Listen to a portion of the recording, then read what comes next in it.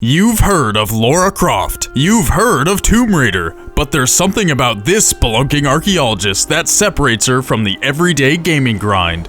She's a goddamn celebrity, a media darling that spans fictitious and real-life personalities. Her name is worth millions of dollars in video games, movies, merchandising, and probably some pretty creepy shit. But don't let the basement dwellers scare you off. Lara's sex appeal and popularity are the culmination of far more than a pretty face and banging body. Because like any famous personality, she has a passion that molds her life story into a compelling narrative that warrants an entire franchise. And more specifically, her passion for discovery and dangerous situations is something that's all-consuming, forcing her from a life of comfortable aristocracy and into the depths of ancient tombs. Her drive for the next great discovery destroys many interpersonal relationships, but opens so many doors that come to define her life as one worth living simply for the sheer thrill of it. It all begins on Valentine's Day 1968, her birthday. She was raised in the lap of wealth and luxury within Croft Manor,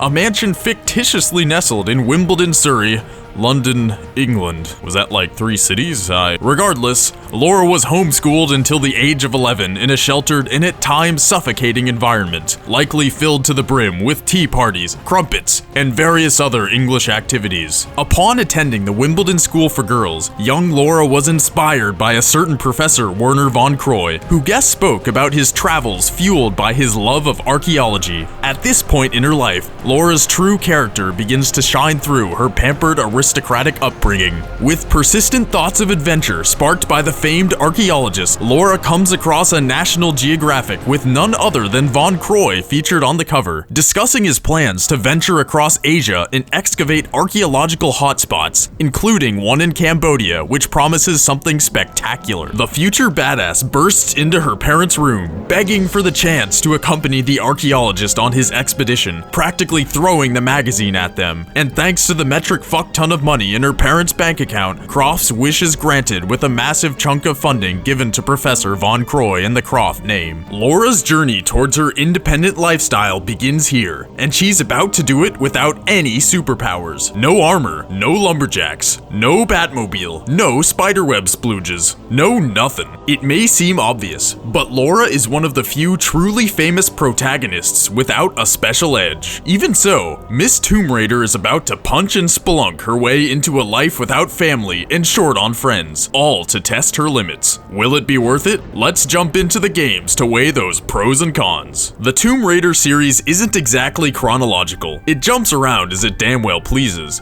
but ultimately gives a vivid story full of action and personal growth. Tomb Raider debuted in 1996 for the Sega Saturn, PlayStation, and PC, in a 3D world complete with triangular tits that'll make you go wild. The low-poly Lara is 28 years old. She finds herself recuperating at a fancy hotel in Calcutta, India, in sight of an American with a proposition. His name is Larson, and he and his employer, Jacqueline Natla, offer Croft a hefty sum of cash in exchange for Lara's assistance. Of course, Miss Croft is disinterested by monetary compensation, as she, quote, only plays for sport. Meow. But at the mention of an ancient talisman called the Skion, buried deep within the tomb of Qualopec in a Peruvian mountain range, she agrees to take the plunge. After a flight to Peru, a journey into the mountains, her guide being eaten by wolves, discovering a lost ancient city, fighting velociraptors, and finally grabbing the Skion for herself, Lara feels a cold slap of betrayal delivered by Larson. But that conniving American gets his just desserts. When Lara beats him one-on-one, she finds out Larson was sent by Natla to kill Croft and take the Skion once it was freed from the treacherous tomb. What a dick. But wait,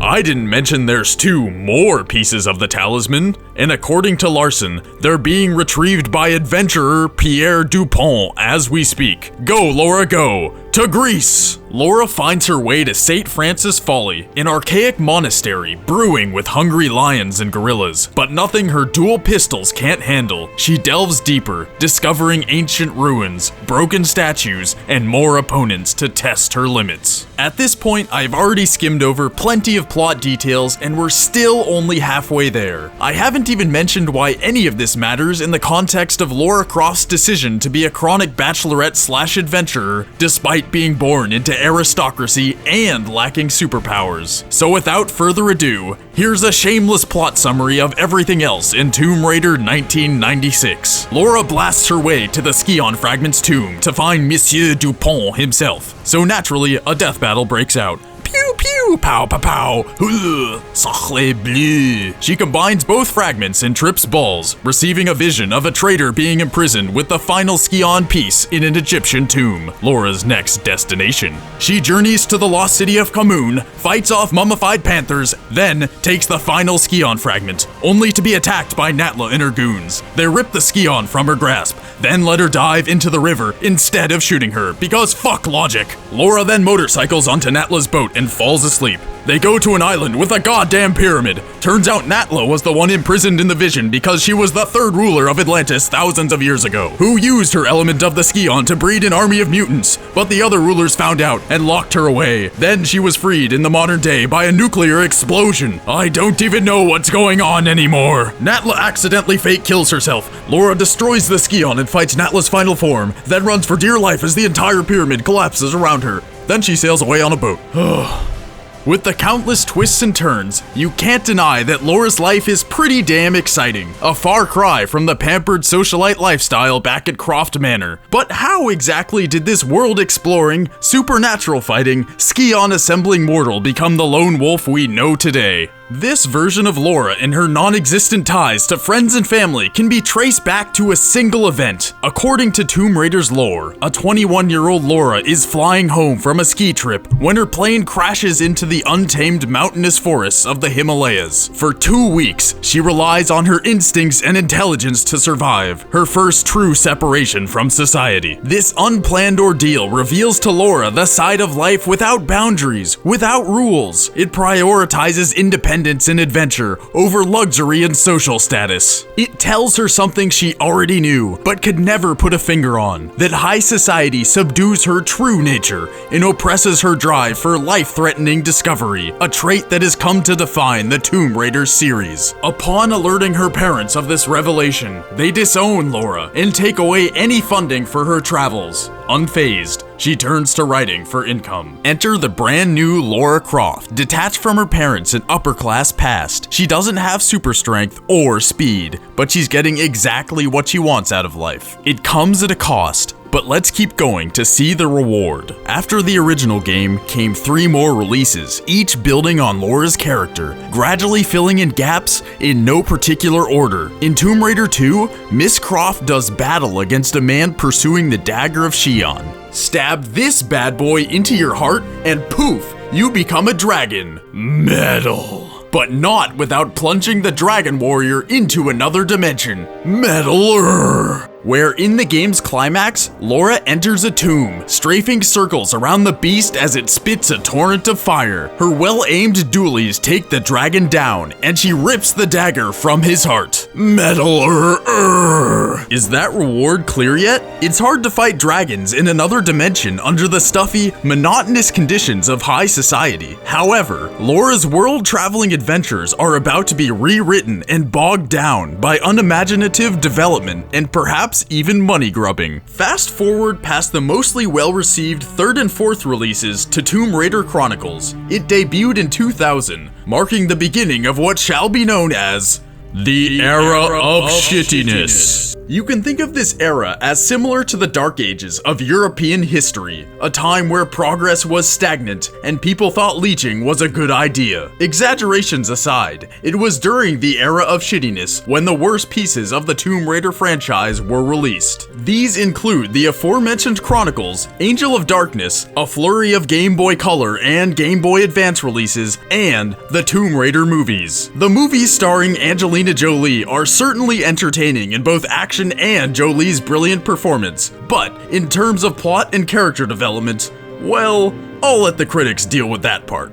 In fact, the main beef I have with the movies and Game Boy games is their need to rewrite Lara's life story to fit whatever generic plot they contain. For instance, recall the plane crash in the Himalayas, a pivotal transition in Croft's life. Well, according to the movies, it never even happened. And as for her relationship with her parents, Lara's mother, dead for as long as she can remember, and her father, killed by the Illuminati. Unsettling still, the Game Boy games take place in a timeline which the console games never touch or even acknowledge. This jumping around between artistic and gaming mediums had done enough damage by 2006 to where publisher Eidos Interactive had to fire the original developer Core Design and hire Crystal Dynamics, a new hope for the Tomb Raider franchise. Essentially, this era of shittiness split Laura's life into 3 separate, conflicting stories with such mediocre gameplay and character development that a new company felt the need to start from scratch, splitting Lara into 4 total versions of herself. 4 different Lara Crofts, with 4 different driving forces for why they tackle ancient ruins and dangerous magical artifacts. But let's not focus on the bad. Rather, did Crystal Dynamics reinvent Tomb Raider to its true potential? You bet your sweet ass they did. Tomb Raider Legend kicked down the door back in 2006 with new graphics and fast-paced QuickTime events while bringing us back to the beautiful landscapes and mysterious ruins we'd almost forgotten. As mentioned, Laura's biography is rewritten. This time, the fated Himalayan plane crash happens to a 9-year-old Lara Croft with her mother on board. They walk 10 days until an ancient monastery appears on the horizon. Inside is a sword driven through a stone. Lara touches it, triggering supernatural, demonic voices emanating from a portal which swallows her mother. Many years later, Lara discovers a connection between her mother's disappearance and an artifact she learns of on a mission in Bolivia that has been split into 4 fragments. On a whirlwind, Earth-crossing scavenger hunt, Lara fights a supernatural Yakuza boss in a sexy torn dress, scours an abandoned KGB laboratory in Kazakhstan, excavates King Arthur's tomb in England, and of course, reforges the fragments together to discover her mother is alive in Avalon, the other dimensional resting place of King Arthur. So Tomb Raider Legend is more of the same ass-kicking adventures we've come to love. Lara blatantly exercises her restless, driven nature by fighting and discovering magic artifacts across the globe. She's triumphant over the supernatural, despite a very human disposition. It also was the beginning of Tomb Raider's ascent back to the franchise it should be. And to cap it all off, the 2013's Tomb Raider brings us another helping of Laura's adventurous personality, but this time, she's been slightly rewritten yet again. Instead of her characteristic one-liners and don't give a fuck personality, she's portrayed as a younger, more emotionally vulnerable Lara, but with that fearless exploratory nature still coming back to the surface when it counts, not to mention the mind-blowing visuals that make clear Laura's grittiness and sex appeal. So who is Lara Croft? The hardened, witty, parentless adventurer of the first games? The sexified, real-life martial arts master as portrayed by Hollywood? The pixelated, bland sprite of the Game Boy series? The more complex, more emotional young woman of the newest game? Well, the life-defining plane crash may or may not have happened depending on what timeline you prefer, but its implications that Lara Croft is far more focused on life-threatening discovery and unfathomable adventures than a regular upper-class home life is undeniable. Perhaps that plane crash laid the groundwork for the element of Lara that persists despite any number of medium and developer flip-flopping. There are many different Lara Crofts, all with their own driving force behind their adrenaline-fueled archaeological combat binges. But beneath that clusterfuck of contrasting characters lies the fearless badass we all know Lara Croft to be. With Laura's brave, world-exploring nature brewing beneath the endlessly branching versions of her character, that's the story you never knew. Don't miss.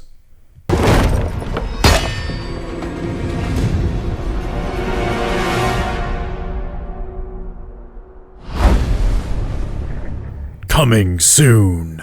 Hey everyone, I hope you liked what you saw. We're a small channel and your support means a lot to us, so if you want more, check out Master Chief and Samus in the upper left and hit that subscribe button down below. Thanks everyone.